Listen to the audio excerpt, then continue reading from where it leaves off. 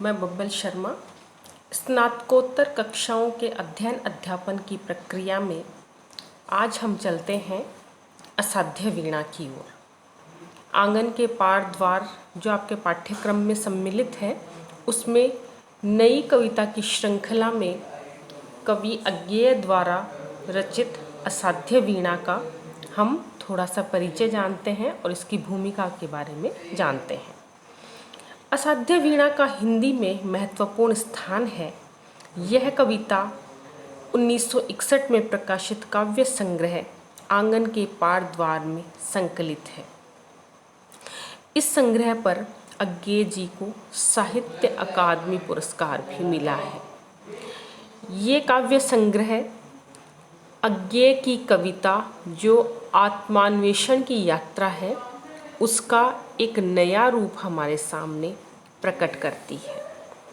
असाध्य वीणा जो कविता लिखी गई है, वो अज्ञेय का एक नया प्रयोग हम मान सकते हैं और इस प्रयोग के माध्यम से अज्ञेय ने अपने युग की मूल समस्या को ठीक ठाक पहचानने का प्रयास किया और स्वतंत्र, स्वायत्त और सृजनशील व्यक्तित्व के विकास पर बराबर बल दिया है।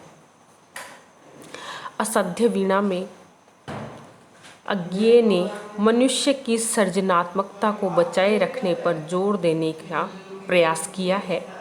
हिंदी की नई कविताओं में यदि हम गौर करें तो एक सामान्य बात यह नज़र आती है कि सभी ने युगीन स्थितियों का जो दमनकारी रूप है, उसको मानवीय मूल्यों की स्वतंत्रता और स्थायित्व की रक्षा का जो भाव है, उससे बराबर जोड़ा है। असाध्य वीणा में यह चिंता वीणा के सधने के रूप में व्यक्त की गई है।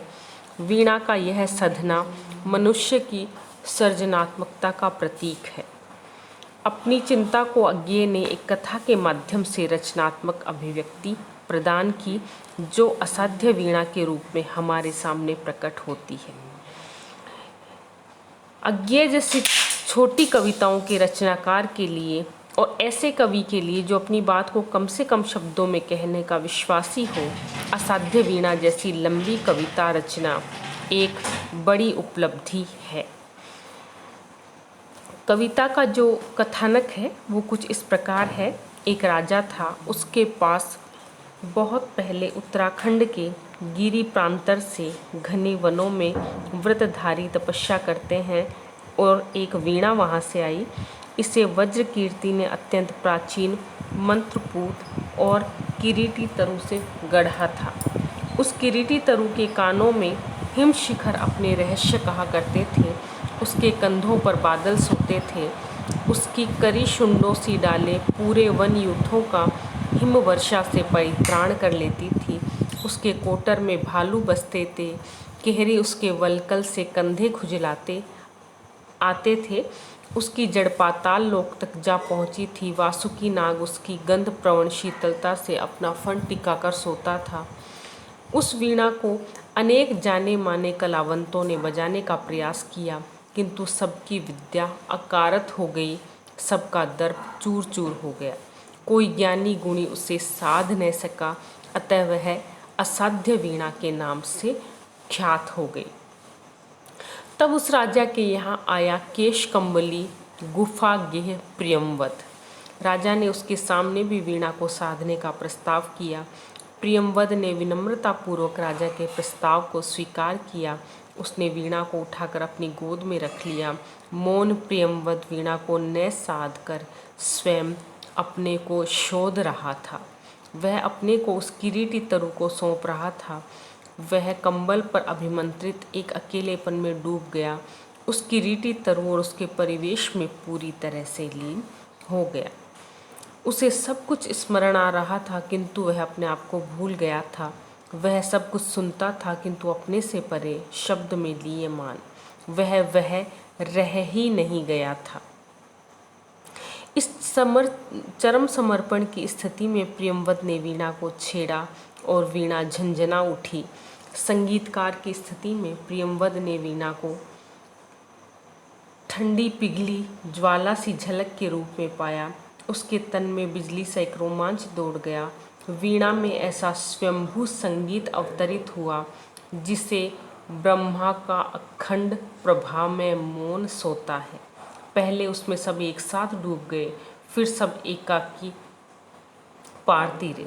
राजा ने उस संगीत को अलग सुना, जैसे जयमाला लेकर कोई जय देवी मंगल गीत गाती हो, दूर कहीं दुंदुभी मचती हो, और अचानक ही राजा का मुकुट सिरिस के मुकुट के जैसा हल्का हो गया।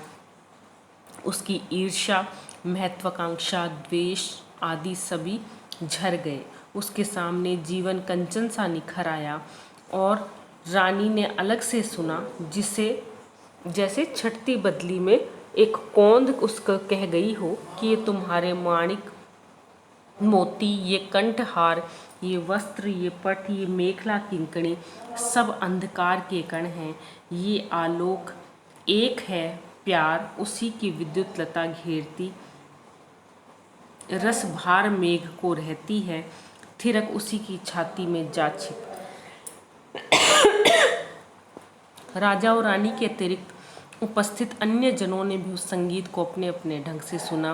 किसी के लिए वह मुक्ति वचन था, किसी के लिए आतंक मुक्ति का आश्वासन, किसी के लिए भरी तिजोरी में सोने की खनक, किसी की बटुली में अन्न की सौंधी खुशबू, और किसी के लिए नई वधू की सहमी पायल सी ध्वनि थी, किसी के लिए शिशु की किलकारी के समान था। और फिर सबने अपने अपने रूप में जब वीणा के संगीत को सुना, उसके बाद सब उसमें डूब गए और वीणा मूक हो गई। तो राजा ने साधु साधु कहा, रानी ने सतलड़ी माला अर्पित की और जनता विह्वल हो उठी कि धन्य हे स्वरचित, धन्य धन्य। प्रियंवद ने वीणा वादन का श्रेय स्वीकार नहीं किया और नमस्कार करके अपना कंबल गुफा गेह को लेकर चला गया।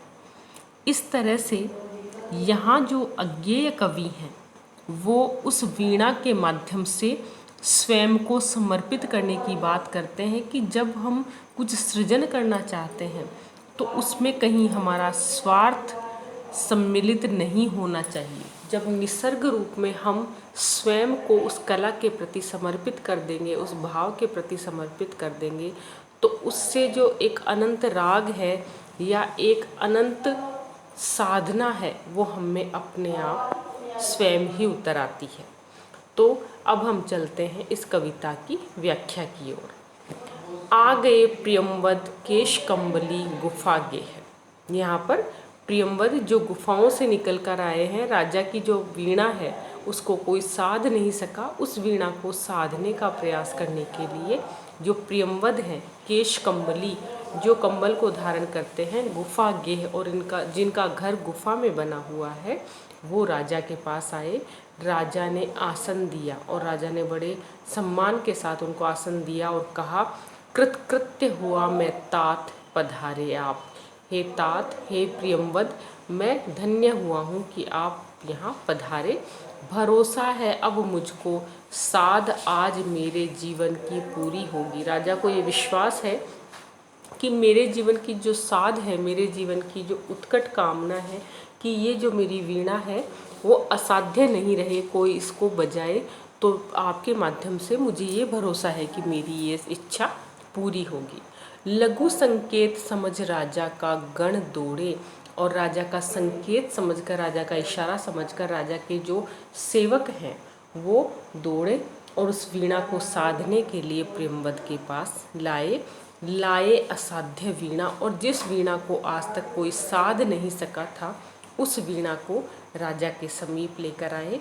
साधक के आगे रख उसको हट गए, और प्रियंवद जो उस वीणा को साधने के लिए आए थे, उस वीणा को उसके सामने रखकर और वो जो राजा के सेवक हैं वो वहाँ से हट गए। इस तरह से प्रियंवद से राजा को ये पूरी तरह से आशा है कि वो इस वीणा को जरूर साधेंगे। इसी श्रृंखला में हम अपने अगले वीडियो में इस कविता का अध्ययन करेंगे। धन्यवाद।